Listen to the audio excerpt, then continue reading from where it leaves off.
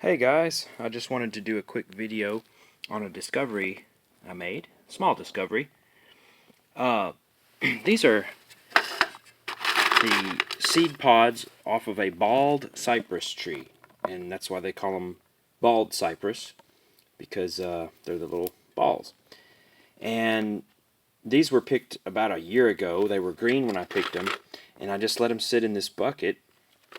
Not really sure what to do with them, but they have a pine scent when they're broken open. I thought maybe it could be a medicine or something, but I decided that it had some use. And if you break one open, you'll see. Let's see if I can break it. That it produces a very small amount of a reddish colored resin, almost like a orangey red resin. There's a little bit on my glove there. It's like a blood red. And I thought, wow, okay, this sticky pine-like resin might have some use in either medicine or as a dye. So I crushed a bunch of these up in a blender and then added to it terpentine and a little bit of rubbing alcohol, which is now, a prized possession, and made this mush here. And I think it'll work to stain wood. This wood piece I've been working on is a dodecagon for a Native American style hand drum. And let's see if it'll stain this wood.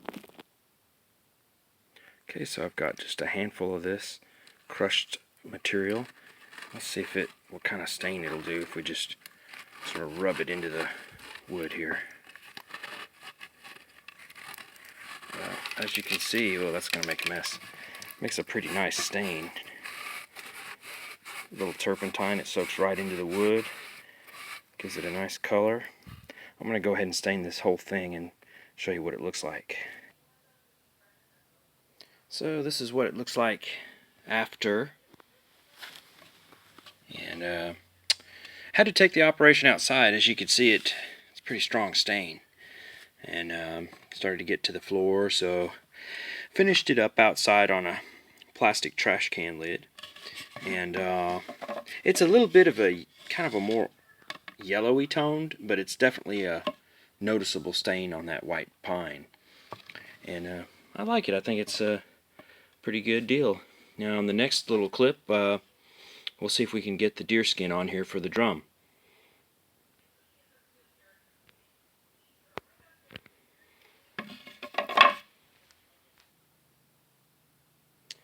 So now, I've got this deer skin that my friends gave me from Arkansas, and I had processed this myself using, a variety of treatments.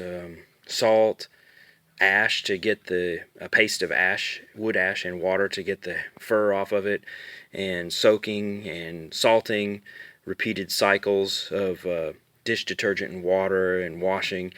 And it's just a very long and smelly process to get something out of a skin, but it can be done. Borax is also a good detergent that can be used for cleaning and curing as this rawhide is processed. One of the more important tips for processing rawhide, I think, is you can cut it into strips and make a string or a rope out of it, which is what we'll use to fasten this drum together. And I know it looks kind of gross, but this rawhide type material, you can see it'll change colors when you work it, and that changes the texture when it dries, right? So if you just let it dry like this, it would dry very brittle. And this is just water in here. This deer hide has already been cured, so but if you were to stretch it a little, and I'll see if I can do it with my knee here so you can see the color change, it changes color as you stretch it. See that? How it turns to more of a white color? And that's what you want to do, is work it while it's still damp, and it changes the consistency of the material from more of a rawhide to a more of a suede or softer leather type material when it dries.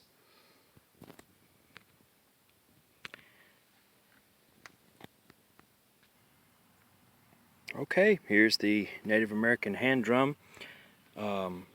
replica. Can't really call it Native American unless you're Native American, but it's a tribute.